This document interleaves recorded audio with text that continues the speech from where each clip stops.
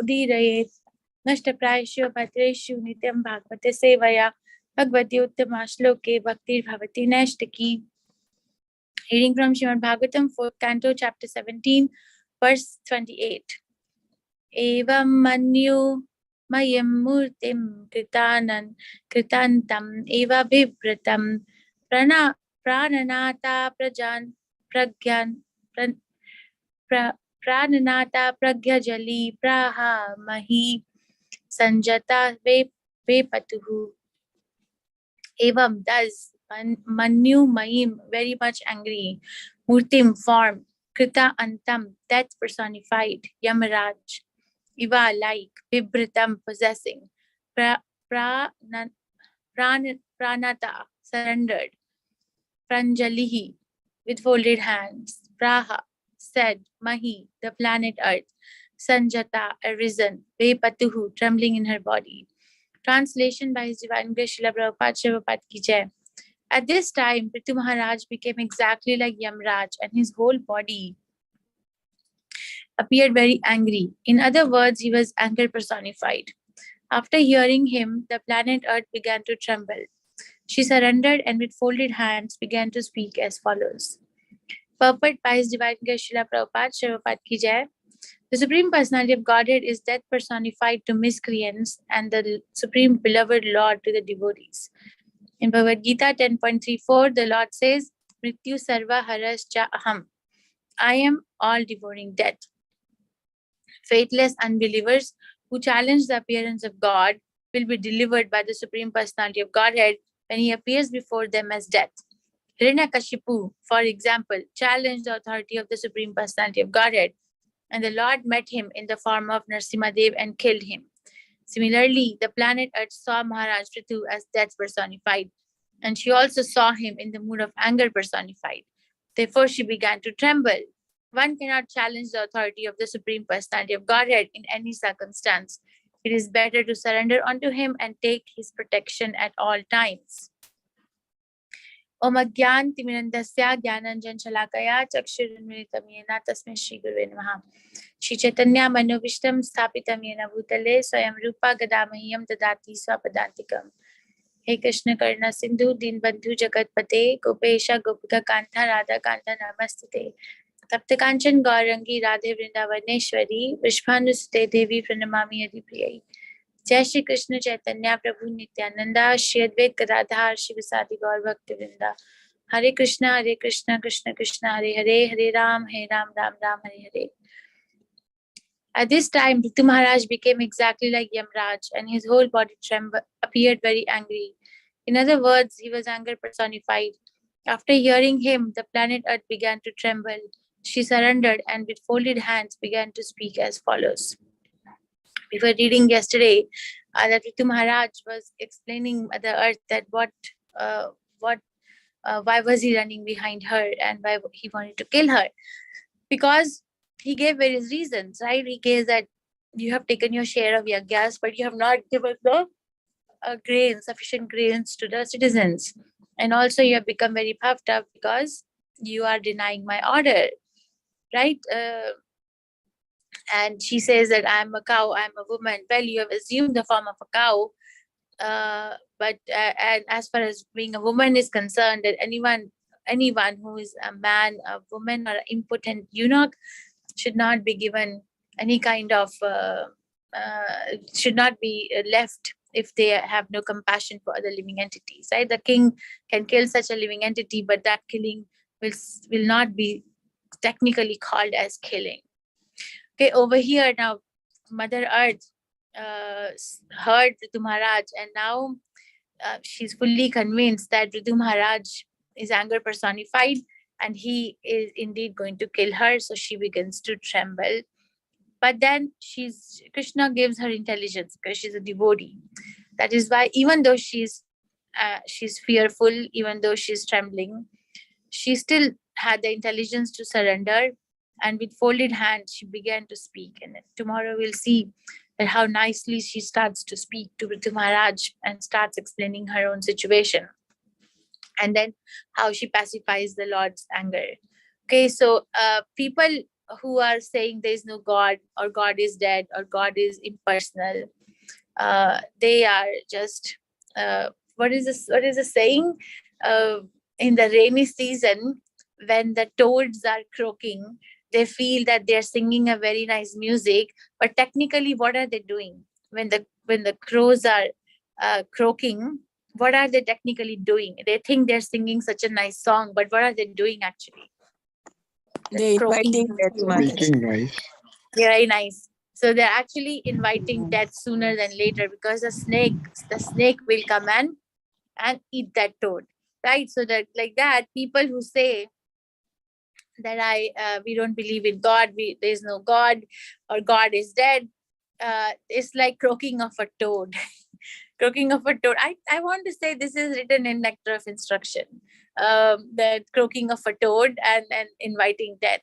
So we have to be very careful to see where we want to give our attention to. If we can help that person, then definitely uh, help. If you can't help, then pray for them and then carry on with your journey. You don't need to stop for anybody, from our for anybody else's um, doubts, or their purview of the life. It's not needed, because we all have an individual relationship with the Supreme Personality of Godhead.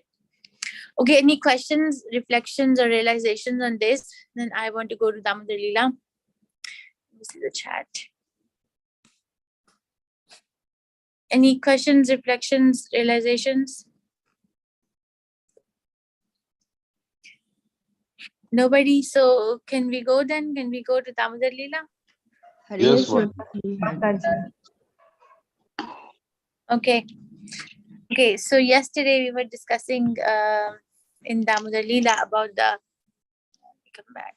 pastime of how Mother Yashoda had thrown away the stick, and now she was going to she was looking for the ropes. This is what we read yesterday, that the Supreme Personality of Godhead has no beginning, no end, no exterior, no interior, no front, no rear. In other words, he's all pervading, because he's not under the influence of the element of time. For him, there is no difference between past, present, and future. He exists in his own transcendental form at all times. Being absolute beyond relativity, he's free from distinctions between cause and effect, although he's the cause and effect of everything. That unmanifested person, who is beyond the perception of the senses, had now appeared as a human child, and Mother Yashoda, considering him her own ordinary child, bound him to a wooden motor with a rope. Okay, so I want to discuss this actually today, because the mood is so nice that in first canto Srimad Bhagavatam, 8th chapter, which is entitled Prayers of Queen Kunti, verse 31, this opulence of Krishna is described. So I'll read the shlok and the translation. Okay.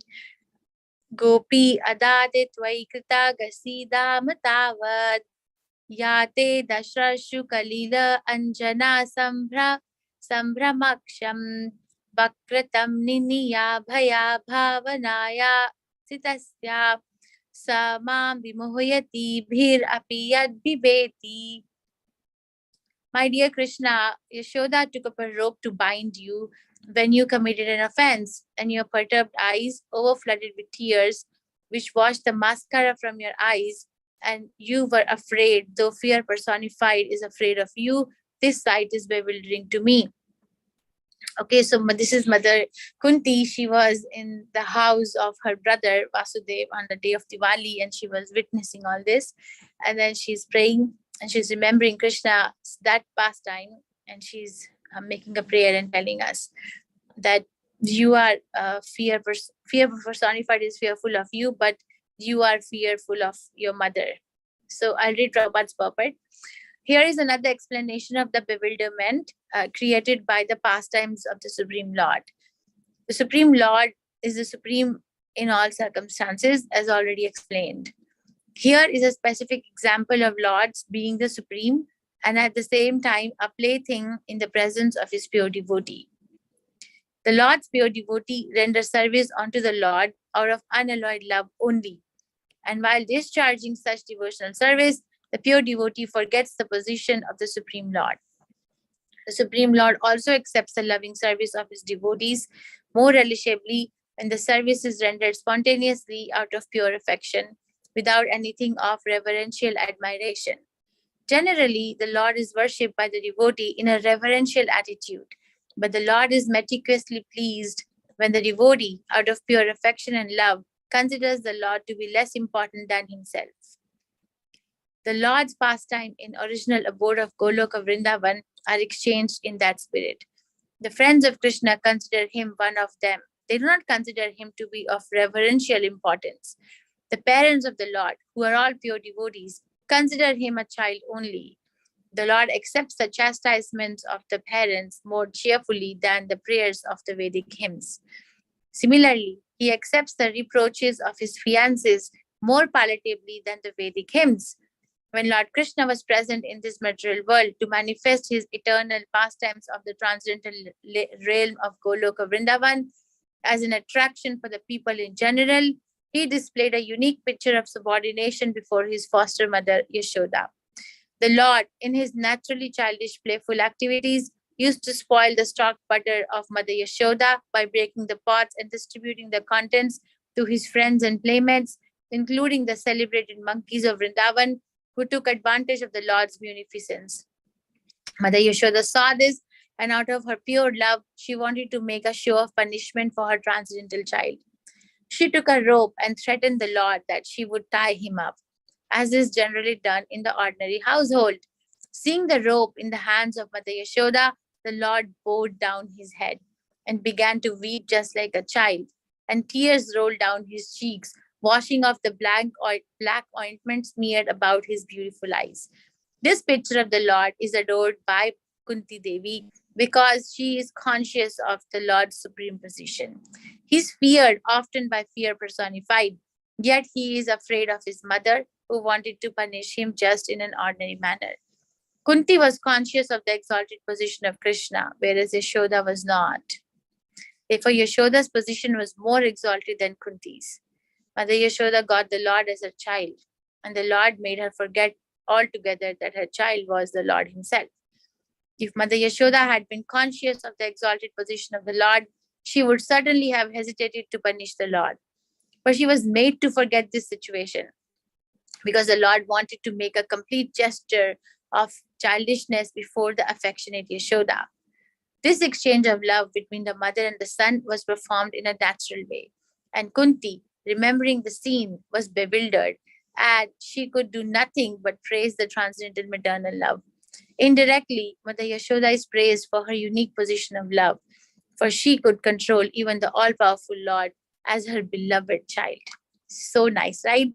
So we are reading, I'll come back to the verse. Prabhupada gives a very nice lecture on this. Please hear the lecture. There are two lectures, one in Los Angeles, one in Mayapur, on 1831. So Prabhupada is emphasizing on the word that when Yashoda picked up the rope to bind Krishna, yate dashrashu kali anjana sambhramaksham. He says that he started to cry. Krishna started to cry because why was Krishna crying? Because he was fearful that my mother is now going to punish me. And when he was crying, there were big tears coming out from his eyes. And when the tears were coming, they washed the mascara in his eyes, and all his cheek and everywhere there was like black ointment smeared about. So Vaktram Niniya Bhaya Bhavanaya Sitasya. Vaktram means Vaktram means face. Niniya Bhaya. So Niniya means downward. So Prabhupada makes such a nice scene that at that time when he was crying and the tears were washing the mascara from his eyes and he was fearful, his face became downward. His face became downward in fear of his mother. And that bhavanaya sitasya, that he stayed situated in that bhava or in that feeling. I have done an offense to my mother. She's going to tie me up. And Krishna is crying and his face is downward, that yes, mother, I am the offender. So she's saying Yomam Vimohoyati Bhir Apiyat Viveti. So Yomam Vimohoyati means that I am bewildered by this sight. Why? Because Bhir Apiyat Viveti. Bhir Apiyat Viveti means that the fear personified is fearful of you. But how are you fearful of this Mother Yashoda? This sight is bewildering to me, Krishna. It's completely bewildering that how is Mother Yashoda tying you up? How is she doing this to you? Okay, so we are all, everybody's fearful of Krishna. We are seeing Mother Earth is also fearful of King Prithu, right? We are seeing that who is not scared of death? Everybody is scared to die. That is why there are so many treatments that come up, right? There are so many hospitals that come up, so many well visits or so many routine checkups, this screening, that screening, they come up. Why? Because we don't want to die, right? We'll talk about the two brothers, Manigriva and Nalakuvera.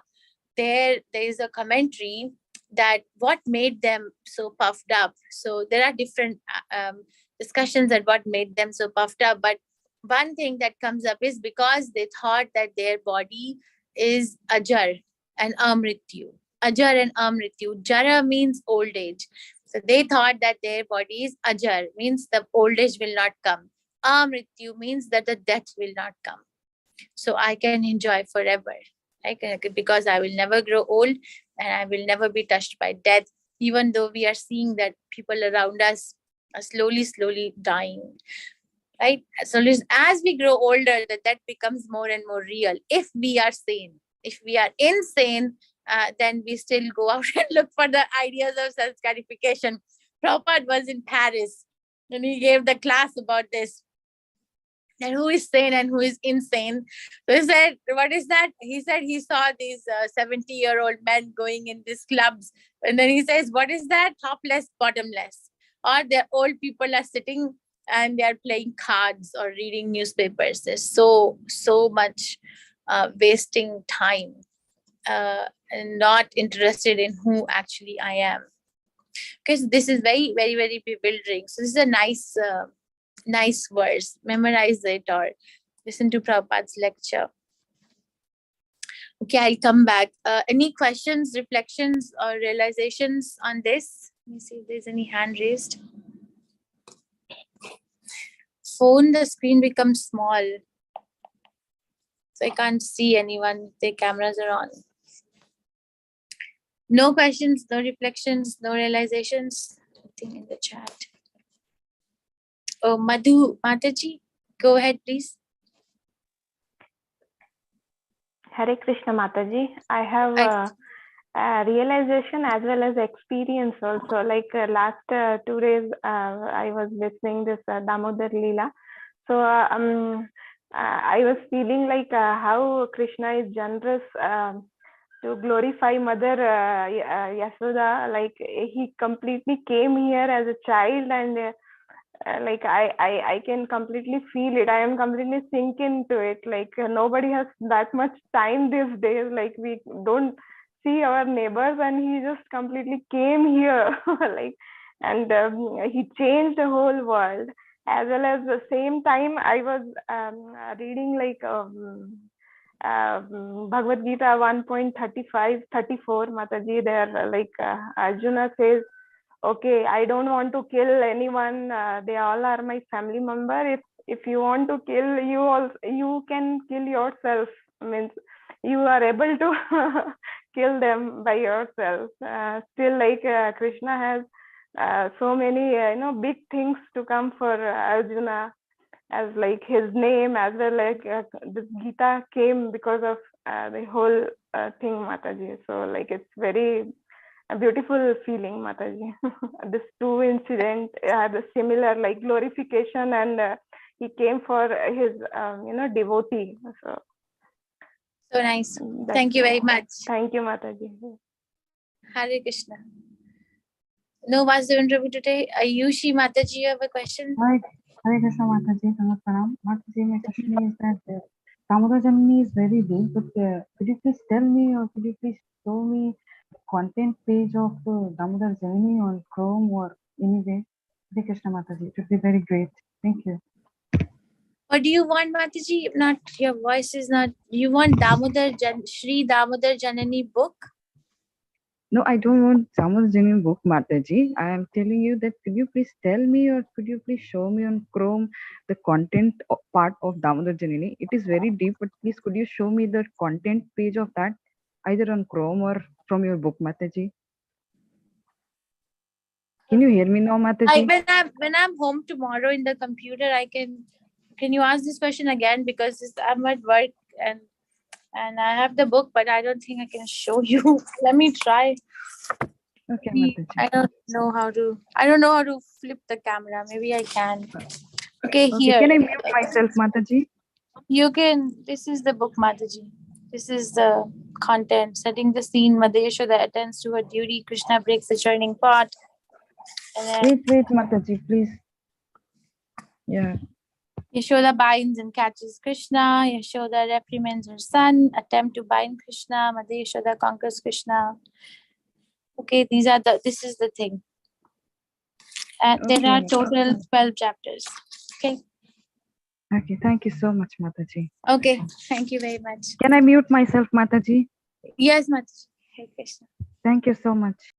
Krishna in Damodar Rup, he knows that he is God.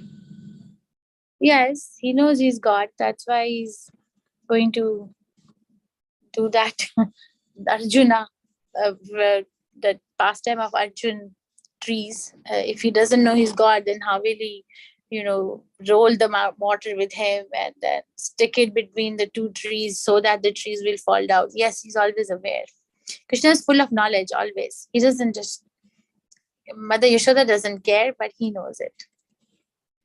Okay, if no other questions, reflections, realizations, then we can go. Thank you. Ancha kalpatara vyascha, sindhurya ikacha, patitanam pavanebhyo vaishnava.